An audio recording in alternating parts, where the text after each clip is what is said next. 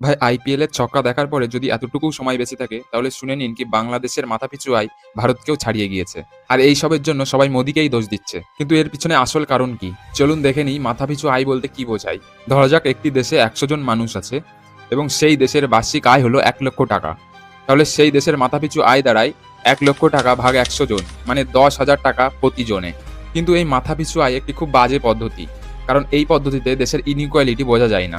উদাহরণস্বরূপ ধরে নেওয়া যাক যে একটি ঘরে ৩ জন ব্যক্তি আছে এবং যাদের প্রত্যেকের ইনকাম ১,০০০ টাকা করে। তাহলে তাদের মোট ইনকাম ৩,০০০ টাকা এবং তাদের মাথাপিছু আয়ও ৩,০০০ ভাগ ৩ মানে ১,০০০ টাকা করে। কিন্তু ধরা যাক ওই ঘরে আম্বানি প্রবেশ করলেন এবং যিনি একাই ১৭,০০০ টাকা ইনকাম করেন। সুতরাং ওই ঘরের মোট আয় এখন দাঁড়ায় ২০,০০০ টাকা এবং মাথাপিছু আয় হয় ২০,০০০ টাকা ভাগ ৪ মানে ৫,০০০ টাকা। কিন্তু আসল বাস্তবতা হলো ওই ৩ জন ব্যক্তি ৩ জনই এখনো ১,০০০ টাকা করে ইনকাম করে।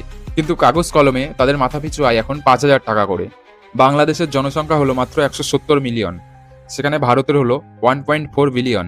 মানে ব্যাপারটা এরকম, আপনি যদি একটি ১০০ টাকার নোট ৫০ জনের মধ্যে বিভক্ত করে দেন এবং সেই একই ১০০ টাকা যদি ৫,০০০ জনের মধ্যে ভাগ করে দেন, তাহলে গড় কিন্তু সমান হবে না।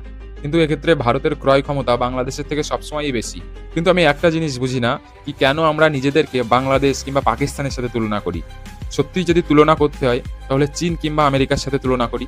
কারণ জনসংখ্যার বিচারে চীন এবং ভারতের জনসংখ্যা প্রায় একই রকম। কিন্তু চীনের মাথাপিছু আয় ভারতের থেকে প্রায় ৫ গুণ বেশি। এছাড়াও ভারতে আমরা এমন অনেক জিনিস দেখি যেগুলো মেড ইন ইন্ডিয়া বলে লেখা থাকে।